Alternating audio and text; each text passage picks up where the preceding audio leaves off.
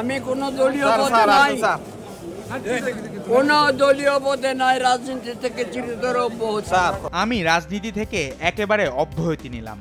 আওয়ামী লীগের সাধারণ সদস্য থেকে অব্যাহতি নিয়েছি। আমার কোনো দলীয় পদ নেই। ৭৬ বছর বয়সে রাজনীতি করা যায় না। আমরা চাই নতুন নেতৃত্ব আসুক। অসহায় কণ্ঠে ঢাকার মেট্রোপলিটন ম্যাজিস্ট্রেট আদালত প্রাঙ্গণে কাঠগড়ায় দাঁড়িয়ে একথা বলেন সাবেক শিল্প প্রতিমন্ত্রী কামাল আহমেদ মজুমদার। একদম অব্যাহতি রাজনীতি থেকে, আপনারা বলছেন না স্যার, এবং আওয়ামী লীগের সাধারণ সদস্য পদ থেকে অব্যাহতি।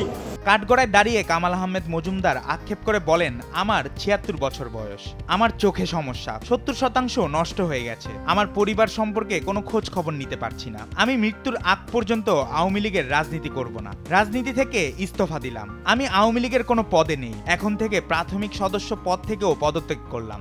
আমি কোনো দলীয় পদে নাই, কোনো দলীয় পদে নাই, রাজনীতি থেকে চিরতরে অব্যাহতি। আদালতে দাঁড়িয়ে আবেগ ঘন হয়ে জেল জীবনের কঠিন অভিজ্ঞতার কথাও জানান সাবেক এই প্রতিমন্ত্রী। তিনি বলেন, কারাগারে ডায়াবেটিস চেক করার জন্য ডিজিটাল কোনো যন্ত্র বা ঔষধ দেয়া হচ্ছে না। এমনকি পবিত্র কোরআন শরীফও দেয়া হয়নি। একের পর এক মামলা দেয়া হচ্ছে, একের পর এক নির্যাতন করা হচ্ছে। এই বয়সে আমার উপর জুলুম চালানো হচ্ছে। আল্লাহকে ডাক দেওয়া ছাড়া আর কোনো উপায় নেই। এজন্য আমি আপনার কাছে অনুরোধ করছি, ডায়াবেটিসের ওষুধ, ডায়াবেটিস মাপার ডিজিটাল যন্ত্র এবং ডিজিটাল কোরআন শরীফ দেওয়া হোক। এসব কথা বলতে গিয়ে এক পর্যায়ে কান্নায় ভেঙে পড়েন কামাল মজুমদার। কারাগার থেকে রাজনীতি আর করবো না। এই দেশে রাজনীতি করার কোনো পরিবেশ নাই।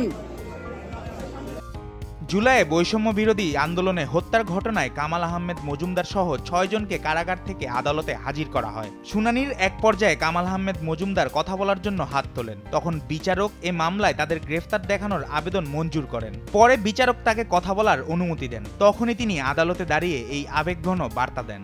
অব্যাহতি নিয়েছি, আপনারা বলতে পারেন আজকে থেকে অব্যাহতি, আর রাজনীতি করবো না।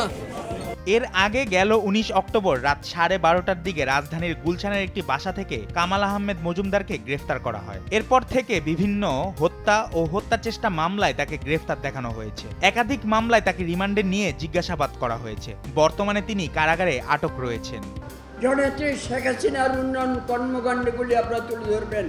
সাবেক শিল্প প্রতিমন্ত্রী ও ঢাকা ১৫ আসনের সাবেক সংসদ সদস্য ছিলেন কামাল মজুমদার। পেশায় ব্যবসায়ী কামাল আহমেদ মজুমদার রাজনীতির সঙ্গে সক্রিয়ভাবে যুক্ত। তিনি চতুর্থবারের মতো সংসদ সদস্য নির্বাচিত হন। তিনি তৎকালীন শেখ হাসিনার মন্ত্রিসভায় শিল্প মন্ত্রণালয়ের প্রতিমন্ত্রীর দায়িত্ব পালন করেন।